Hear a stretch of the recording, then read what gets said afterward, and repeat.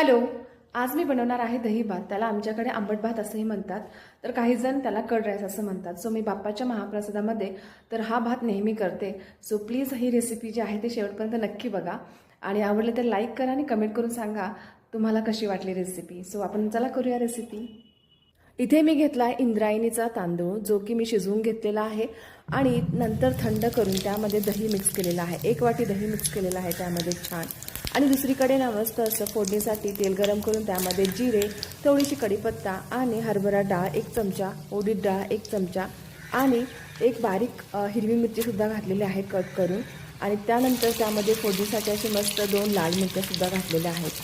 तो मस्त असा तडका तयार झालेला आहे. तर हा तडका जो आहे तो आता मी ज्यामध्ये दही मिक्स केलेला भात आहे त्यामध्ये मी ॲड करत आहे. तर दहीमध्ये भातामध्ये मी मीठ ऑलरेडी शिजवताना टाकलेलं, त्यामुळे मी आत्ता स्किप करते, कारण आत्ता वरून मीठ मी घालत नाही आहे. हवं तर तुम्ही थोडंसं 1 चमचा साखरसुद्धा यामध्ये मिक्स करू शकता, पण दही आंबट नव्हतं त्यामुळे मी साखर नाही घातलेलं. तर हे सर्व मस्त छान असं मिक्स करून घ्यायचं आहे.